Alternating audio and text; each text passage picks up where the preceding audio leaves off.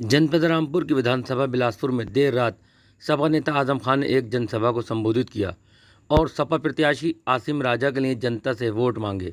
विधानसभा बिलासपुर से भारतीय जनता पार्टी के प्रत्याशी सरदार बलदेव सिंह विजयी हुए थे, जो इस वक्त कृषि मंत्री हैं। उन्हीं की विधानसभा में देर रात आजम खान गरजे और वहां की जनता से अपने प्रत्याशी आसिम राजा के लिए वोट मांगे। आजम खान ने जिला प्रशासन पर भी पलटवार करते हुए कहा कि पार्लियामेंट का चुनाव हमें 3.5 लाख वोटों से जीतना था। प्रशासन की सख्ती की वजह से हम 1.5 लाख वोट से जीते, 2 लाख वोट हमारा लूट लिया। आजम खान ने कहा, मैं 5 महीने कोरोना से जंग लड़ा, तब भी जब मैं जिंदा लाश था तब भी मेरी जेब में कलम था। जंग जिंदगी की नहीं थी, जंग कलम की थी।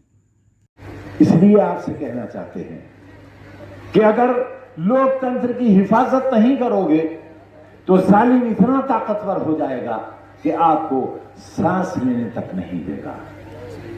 बात सिर्फ एक रामपुर और दूसरी आजमगढ़ की हार जीत की नहीं है, कोई फर्क नहीं आ जाएगा।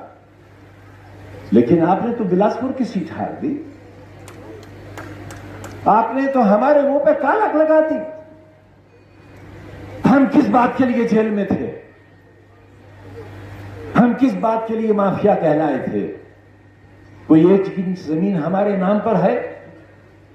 ईडी के अफसरान ने हमसे जेल में 5 दिन पड़ताल करी और हमसे सवाल किया कि बताइए विदेश में आपके कितने खाते हैं, हमसे सवाल किया कि बताइए विदेशों में आपके कितने होटल हैं, कितनी कोठियां हैं आपकी।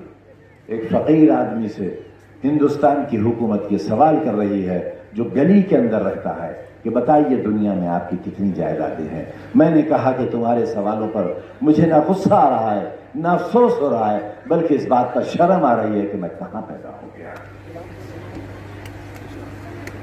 ये काम जो मैंने यहां किए, दुनिया के बदतरीन मुल्क में भी अगर किए होते तो मुझे वो काल पोटली में नहीं डालते, मेरी इज्जत करते, मेरा सम्मान करते और मेरे मरने का इंतजार।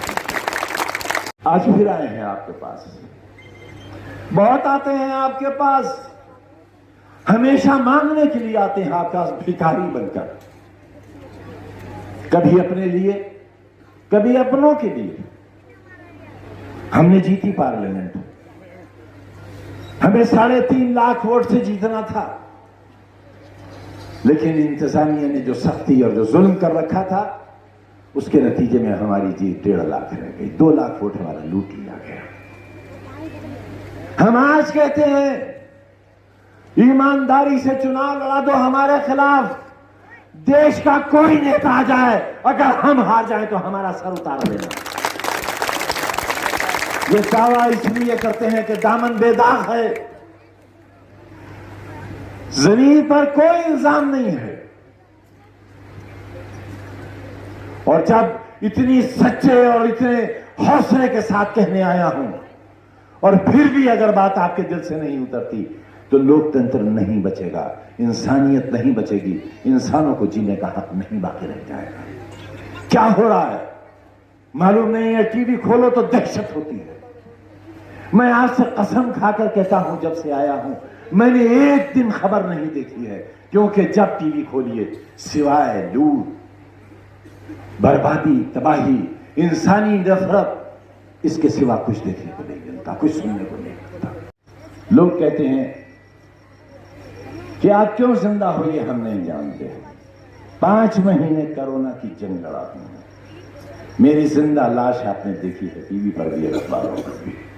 और उस वक्त जब मैं जिंदा लाश था, उस वक्त भी जब जेल से गया था तो मेरी जेब में कलम लगा हुआ था, क्योंकि लड़ाई सिर्फ कलम की थी, जिंदगी की लड़ाई नहीं थी।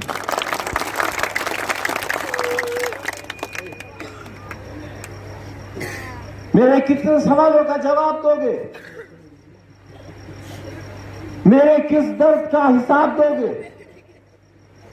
मेरी एक रात का बदला नहीं दे सकते आप।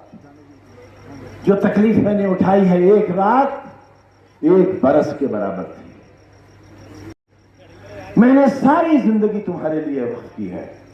कभी आपने मुझे कहकहा मारकर हंसते हुए नहीं देखा होगा, कभी ठट्ठा मारकर हंसते हुए नहीं देखा होगा, कभी सड़क पर कोल्ड ड्रिंक पीते नहीं देखा होगा, कभी किसी छोटे बड़े होटल में चाय पीते नहीं देखा होगा, कहीं पकौड़ी खाते, समोसा खाते, बताशे खाते किसी ने नहीं देखा होगा।